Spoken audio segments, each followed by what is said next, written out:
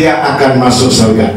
Tapi kalau dikubur celaka, satu tetes masuk neraka sampai hari kiamat. Siksanya daiman abada, faulaika humul adabul jahannam.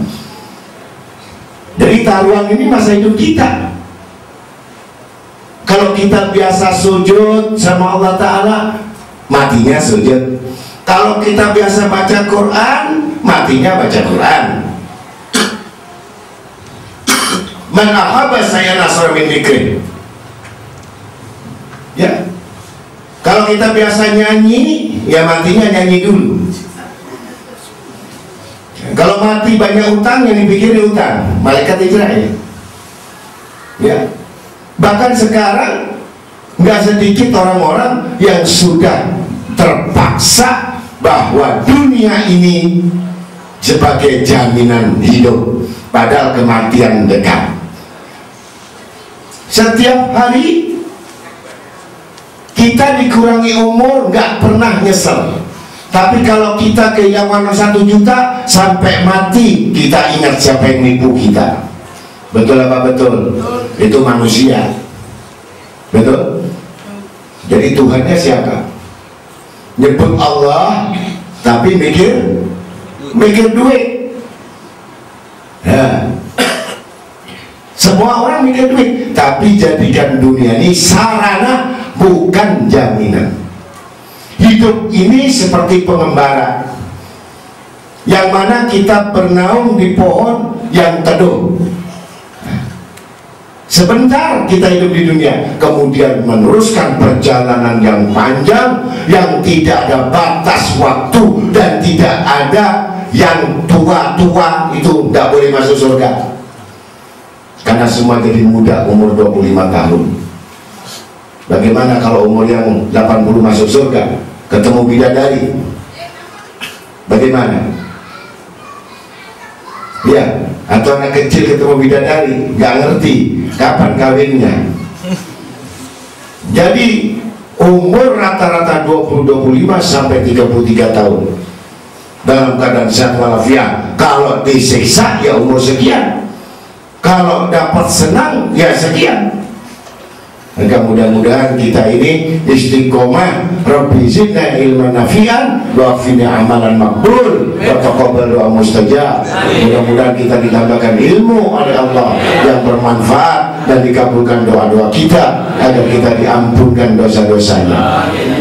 Coba kita renungkan, kita mundur sejarah. Kita buka sejarah. Kalau orang nggak pernah buka Al-Quran, nggak ngerti sejarah. Al-Quran 2/3 sejarah isinya. Ya, kasihan itu Al-Quran sampai debu. Ya, nggak pernah dibuka lengket, bahkan kena angin. Nggak pernah kena angin, juga nggak pernah kena tangan manusia. Diam aja tenang sambil memandang nasib banyak akhir zaman ini orang yang sudah tidak menghargai mujizat Allah. Sungguh celakalah mereka, karena aku kelak sebagai saksi mereka. Waman kitabullah, Al-Quran. Nanti dikubur ditanya, kitabmu apa? Al-Quran. Kata Al-Quran, dusta, bohong kamu, karena engkau tidak pernah menyentuh, tidak pernah menuntut ilmu, tidak pernah membaca, tidak pernah menyelidiki, memahami, bahkan pengetahuan umum lebih utama daripada Al-Quran. Na'udzubillahi min dzalik. Ya, tidak ditanyakan, hai insinyur, hai dokter, hai hakim, hai jaksa, hai penguasa, enggak ditanya. Marabbuka, siapa Tuhanmu? Orang lain tidak ditanya, Marabbuk, nggak bisa jawab. Ya, maka dihantam malaikat mungkar bertanya, malaikat nakir mukul, hancur berkeping-keping, bahkan merasakan sakitnya. Kalau ahli dunia ditemani nama ular sujaul akrab, kena bisanya saja hancur sampai tulang sumsumnya. Para hadirin hadirat yang sama-sama dimuliakan Allah, beruntunglah orang-orang yang mengingat mati. Beruntunglah yang banyak-banyak mengingat mati. Pasti bukan hanya mengingat mati, berbekal amal saleh. Berbekal amal saleh. Jangan meremehkan perkara yang kecil. Tasbih itu kecil, harganya 10.000. Tapi kalau kita pegang di tangan, tidak perlu dibaca, dipegang di tangan saja. Menurut satu riwayat, dia termasuk golongan orang yang bertasbih kepada Allah. Jadi cuma tasbih, belum digunakan. Minimal orang pegang tasbih, dia akan mengingat subhanallah walhamdulillah wala ilaha illallah wallahu akbar ilal ladzina amanu. Mereka yang beruntung adalah orang-orang yang bertasbih. Bahkan Allah perintah, kalau sudah sering sudah membaca, sering berzikir, sering mengingat Allah dan Rasulnya, niscaya man ahabba say'an asara min dzikri. Barang siapa yang cinta kepada sesuatu, dia akan sebut terus menerus. Kalau cintanya pada kerjaan, pagi hari mikir kerja, siang kerja, malam kerja, subuh kerja, sholat gak sholat, nanti aja nunggu disolati. Allah Akbar. Ya. Kalau kita mandi, coba ingat tafakkur fi khalqillah, apa yang dijadikan Allah. Ya Allah, saat ini aku mandi, tapi saat aku mati, aku dimandikan oleh orang, dan terbukalah semua aurat. Semua yang tidak melihat sekarang melihat tubuhku yang telanjang. Ingat itu. Saat wudhu, ya Allah, sekarang aku wudhu. Satu saat aku diwudhui orang, karena akan masuk ditanamkan. Begitu saat sholat, ya Allah, aku sholat. Saat ini aku sholat, bisa bergerak, bisa rukuk dan sujud. Tapi saat itu aku tergolek lemah dan aku nunggu sholat mayit. Ingat, bahkan takbirnya 4 kali nggak rukuk dan sujud. Itu pun kadang-kadang doanya nggak ngerti, nggak pernah ngaji. Karena ikut-ikutan takbir Allahu Akbar, Allahu Akbar, Allahu Akbar 4 kali. Yang dibaca nggak tahu. Kasihan mayitnya. Anak-anak belajar doa, sholat mayit, sholat gaib, belajar, diapakan, ya. Jangan ikut-ikut sholat di belakang Allahu Akbar. Doa apa ini? Allahu Akbar. Doa apa ini? Allahu Akbar. Assalamualaikum. Assalamualaikum. Kata si mayit yang melihat ruhnya, kurang ajar kamu. Kamu gak doakan saya, mending kamu bisikan nyanyian aja. Jadi banyak orang datang, ya, tapi ilmu gak ada, agama kosong, iman kosong. Ya, mudah-mudahan mulai malam ini, ya, kita doakan juga. Ini tetangga kita juga meninggal, mudah-mudahan dosanya diampunkan oleh Allah. Mudah-mudahan dapatkan rahmat dan barakah maghfirah dari Allah. Dan mudah-mudahan keluarga yang ditinggalkan adalah orang-orang yang sabar menerima takdir Allah. Para hadirin hadirat yang sama-sama dimuliakan Allah, disinilah letak pada saat dikubur. Apa yang dibanggakan, apa yang disombongkan, apa yang dimiliki, nggak ada. Itu hanya menunggu harapan rahmat Allah. Apakah dia golongan selamat atau golongan orang yang tersiksa?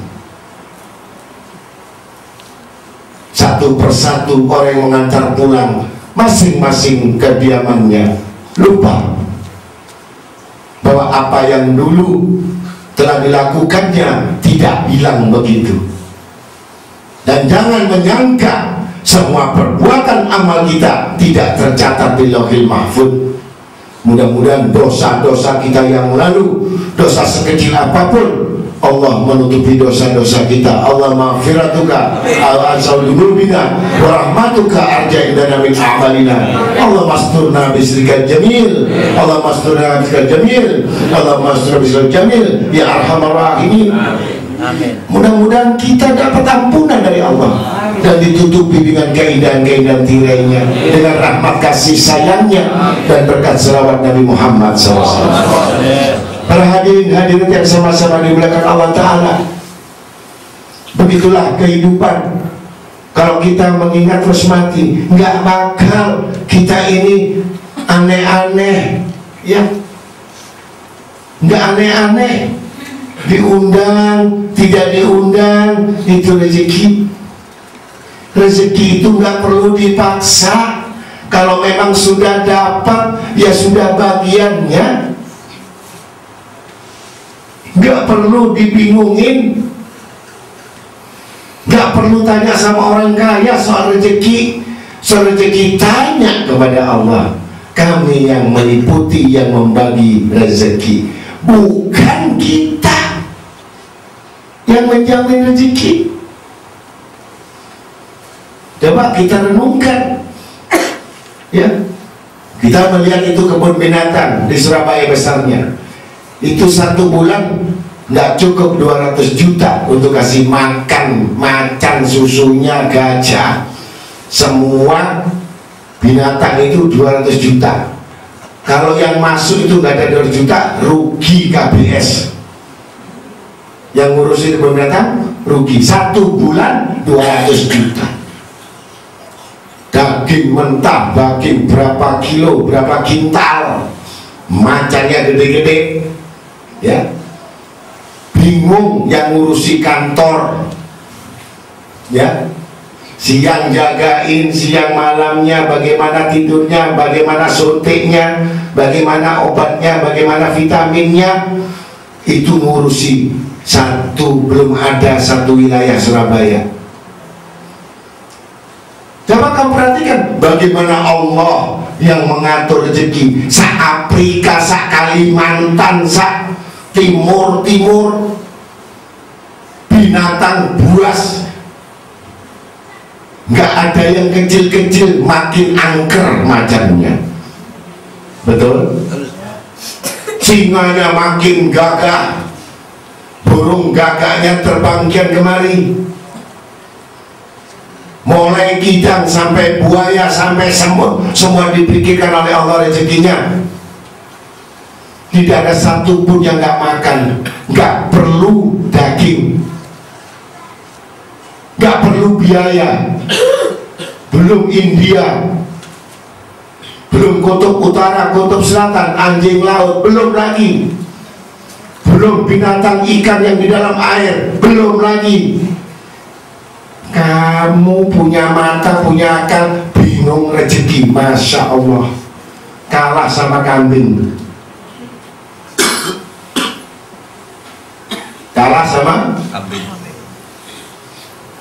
Kalau kambing masih bagus, luak. Ngerti luak? Hinggap di pohon, tak kelompok. Bajing.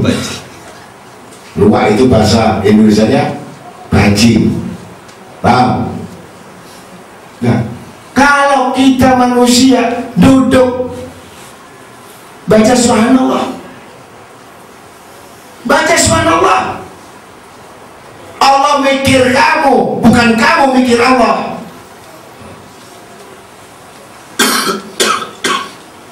Tapi subhanallah kamu keliru. Subhanallah, kapan duitku ya? Subhanallah, nasibku. Jangan dapat rezeki. Artinya Maha Suci Allah. Ini ada satu, demikian keyakinan itu. Di zaman Sayyidina Ibrahim Adham, itu seorang raja, raja besar, ya, kaya raya negeri Syam. Saat berburu bersama pasukan kudanya, bersama bawa